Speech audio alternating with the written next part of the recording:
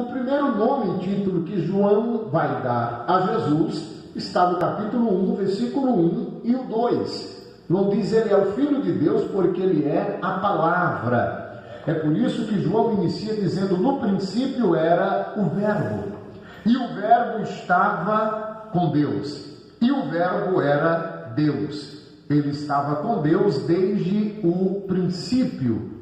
Isso aqui é muito interessante quando João vai dizer que Jesus ele é o Verbo, ele é a palavra. E a palavra nós sabemos que ela é formada de letras. Isso explica o porquê Jesus se apresenta em Apocalipse, capítulo 1, versículo 8, dizendo: eu sou o Alfa e o Ômega. Vocês sabem que o Alfa é a primeira letra do alfabeto grego, Ômega é a última letra do alfabeto grego. Uma vez que o Novo Testamento foi escrito em grego, o Senhor Jesus se apresenta dizendo: eu sou o Alfa e o Ômega. Por quê? Porque ele é a palavra, e a palavra é formada de letra. Se nós observarmos o grego de Apocalipse 1 e 8, está eu sou, do Alfa ao Ômega.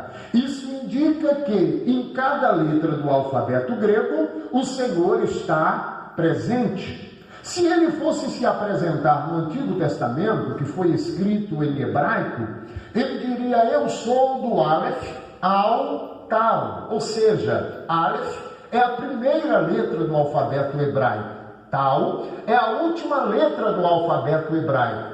Se Jesus fosse se apresentar na língua portuguesa, ele diria: eu sou do A ao Z. Se você me procurar no A, você me encontra, pois eu sou amor. Se você me procurar no B, você me encontra, pois eu sou bondade. Se você me procurar no C, você me encontra, pois eu sou o Cristo. Se você me procurar no D, você me encontra, porque eu sou Deus. Se me procurar no E, me encontra, porque eu sou o Emanuel. E assim sucessivamente. Ele está no alfabeto porque ele é a palavra. E a palavra é formada de letras. Isso é muito importante dentro do contexto bíblico, quando João apresenta Jesus, sendo ele a palavra, para explicar, por exemplo, Gênesis, capítulo 17, versículo 5. Aquele que é a palavra olhou para um moço por nome Abrão e disse: eu vou mudar o teu nome, eu vou acrescentar um A do teu nome. O teu nome não será mais Abrão, mas Abraão será o teu nome. Abrão no hebraico significa pai de povos. Abraão, pai elevado, pai de uma grande nação. Portanto, aquele que é a palavra muda o nome de Abrão para Abraão.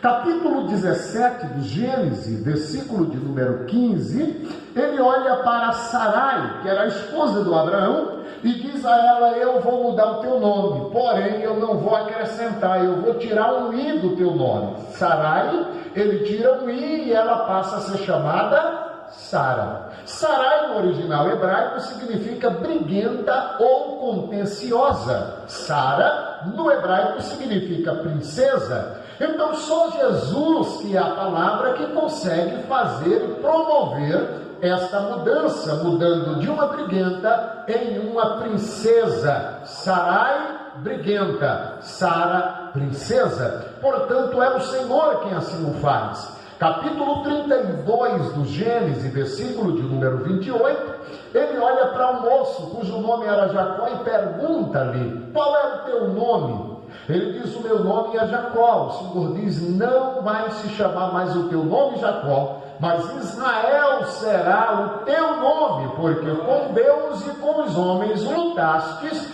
e prevaleceste. O nome Jacó no hebraico significa suplantador. A palavra suplantador significa aquele que quer fazer nome em cima de outrem. Porém, o nome Israel significa príncipe do Senhor. E aquele que é a palavra que promove mudanças está aqui nesta madrugada conosco para promover mudanças na vida daquele que crer no poder da sua palavra. Portanto, quando João apresenta Jesus dizendo ele é a palavra, ele é o verbo, João está autenticando a veracidade de todos esses textos que ora eu os citei. Porém, João continua provando em segundo lugar que Jesus é o Filho de Deus. Ele dá um segundo nome e título a Jesus. Qual que é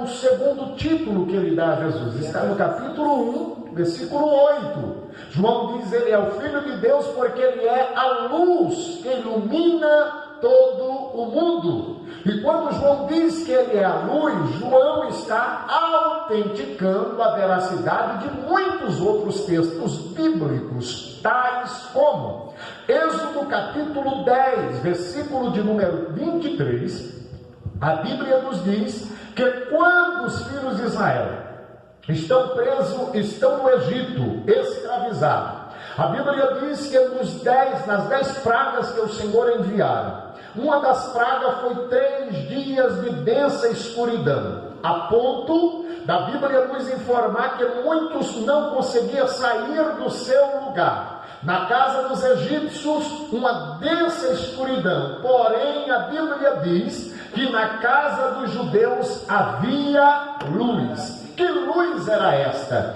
Esta era o próprio Deus que estava na casa de cada israelita. Capítulo 13 do livro do Êxodo, versículo de número 21, a Bíblia diz que durante 40 anos o Senhor ia adiante dos filhos de Israel no deserto.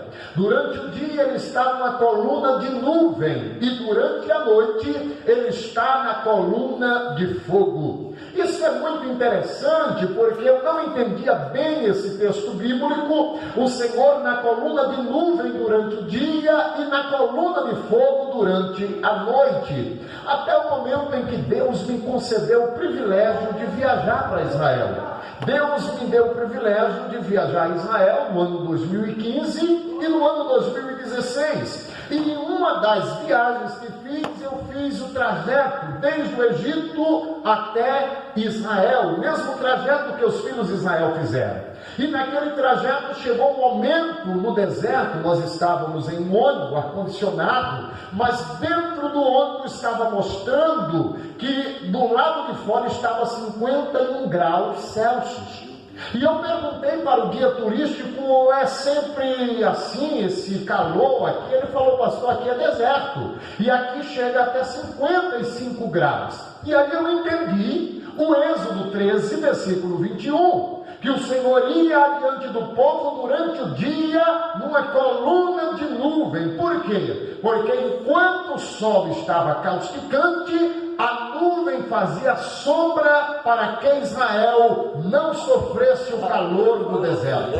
Porém, o guia turístico me informou, pastor Manuel, que durante a noite cai para 5 graus abaixo de zero naquele deserto. Aí a Bíblia diz que o Senhor se apresentava na coluna de fogo, e essa coluna de fogo tinha dupla finalidade. Primeiro, aquecer para que Israel não sofresse o frio do deserto, e em segundo lugar, iluminar o caminho para que Israel continuasse andando. Louvado seja o nome do Senhor. Observando o Salmo 27, verso 1, o salmista diz, o Senhor é a minha luz. Salmo 36 e o verso de número 9, o salmista diz, envia-me a tua luz e a tua verdade, em ti está o manancial da vida, na tua luz veremos a luz.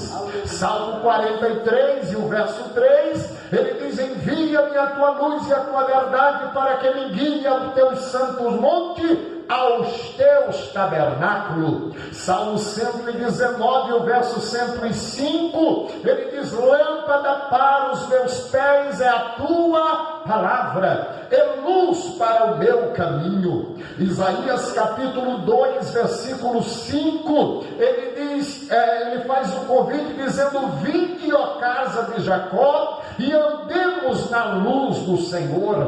Miqueias capítulo 7, versículo 8, ele diz, diz: ó inimiga minha, não te glorie ao meu respeito, porque se houver caído, levantar-me-ei, e se eu morar nas trevas, o Senhor será a minha luz. Ele será a minha luz. Malaquias capítulo de número 4, versículo 2, a Bíblia diz: mas para vós que temei ao nome do Senhor, nascerá sobre vós o sol da justiça, e salvação trará debaixo das suas asas. Mateus capítulo 4, versículo 16, a Bíblia diz: o povo que morava em trevas viu uma grande luz, e aqueles que moravam na região da sombra da morte, a luz raiou. João capítulo 3, versículo 19, a Bíblia diz: a condenação para o mundo é esta, é que a luz veio ao mundo, e os homens amaram mais as trevas do que a luz. Capítulo 8 de João, versículo de número 12, ele diz: eu sou a luz do mundo, e quem me segue não andará em trevas. Portanto, quando João diz que ele é a luz, João está autenticando a veracidade deste contexto, provando que Jesus é o Filho de Deus. Mas observando ainda o capítulo 1 de João, versículo de número 29, nós encontramos um terceiro nome e título que João dá para Jesus. Qual que é o terceiro nome e título? João diz: ele é o Filho de Deus, porque ele é o Cordeiro que tira o pecado do mundo. E quando João diz que ele é o Cordeiro, isso aqui é muito forte, porque João está dizendo que este Cordeiro, ele tira o pecado do mundo. E permita eu lhes dizer, com base neste nome e título de que Jesus é o Cordeiro, este Cordeiro não tem pecado que ele não possa perdoar.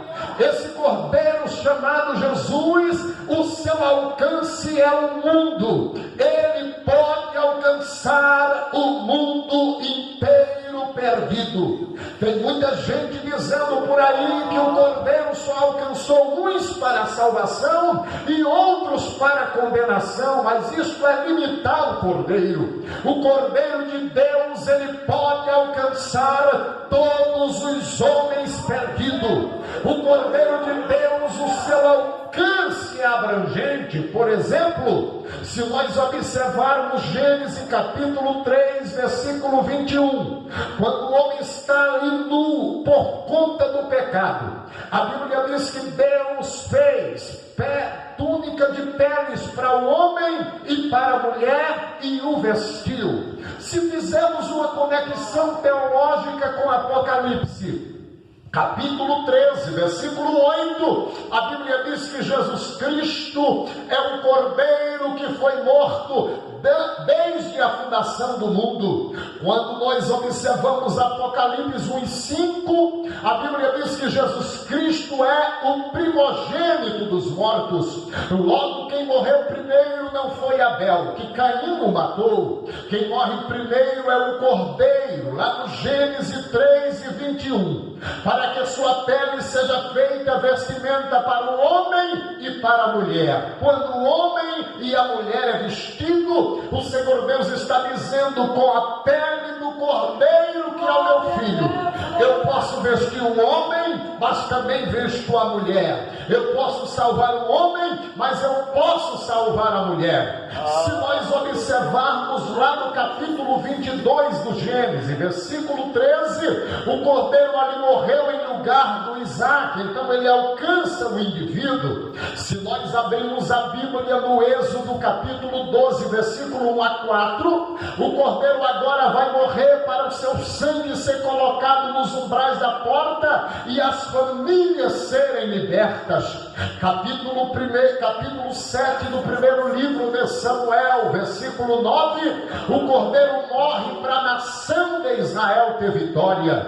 Isaías 53, verso 1 a 7, o Cordeiro morre para alcançar todos os que creem no seu nome. Porém, observando João 1:29, o Cordeiro não só alcançou o indivíduo, o Cordeiro não só alcança o casal, o Cordeiro não só alcança a família, o Cordeiro não só alcança a nação. Agora João vai apontar e dizer: eis aí o Cordeiro de Deus que tira o pecado do mundo.